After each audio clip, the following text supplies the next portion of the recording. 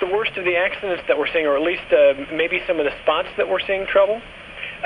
I would say it's all over. Yeah. In most of the accidents, usually when you have an incident like this where it's just snowfall, county-wide, area-wide, they're usually low-speed collisions, so just a lot of fender benders, people off the road, just in need of help getting their car out of where it may be stuck or something like that. John Helfer is with the Monroe County Sheriff's Department. Is it sort of all hands on deck, or what's staffing like for you guys today, John?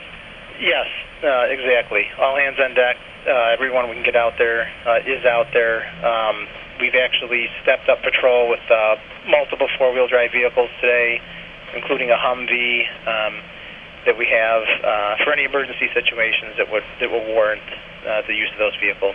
Governor Cuomo has declared a state of emergency in what looks like most of the state, and Monroe County has issued a no unnecessary travel advisory that started about 45 minutes ago and is going to run for essentially throughout the day today. We saw County Executive Brooks yesterday trying to get out ahead of this, and Corporal Helfer, it looks like that some of those warnings were heeded. How important was it to your department to see not only schools closed, but maybe businesses, people not going to work unnecessarily or working from home?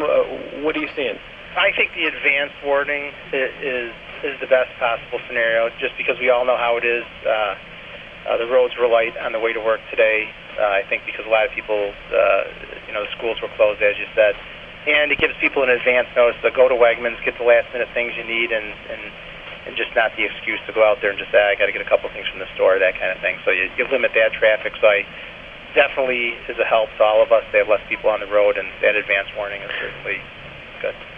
What's the hardest part for your department on a day like today? Is it simply travel and getting about safely? It's that. Yeah, that's obviously one of the concerns. It's keeping up with the calls. Obviously, deputies are responding from one call to another, prioritizing, a more serious crash or a situation that's warranted over, someone just off the road just waiting for a tow, that kind of thing. So today, you listen to the radio, it's just one call after another, and there's no downtime.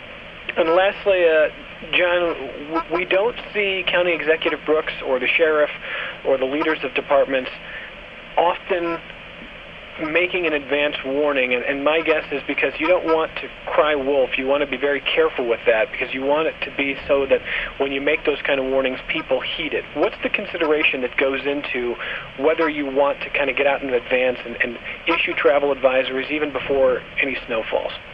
Well, obviously I can't speak for the county executive, but obviously they take into account a lot of the situation, including the weather authority and certain reports, and you try to you just try to go with that as much as you can. And by the way, how are we doing in terms of what are you hearing from either shelters or those in need? Concern about them today? Obviously, that's always a concern in this weather as well. Just people being outside in general. Shoveling, the conditions deteriorating, you'll get medical calls for service, and that's why when everyone just heeds these advance warnings and the warnings issued today, just to stay inside, the driveway can wait to be shoveled. Yep.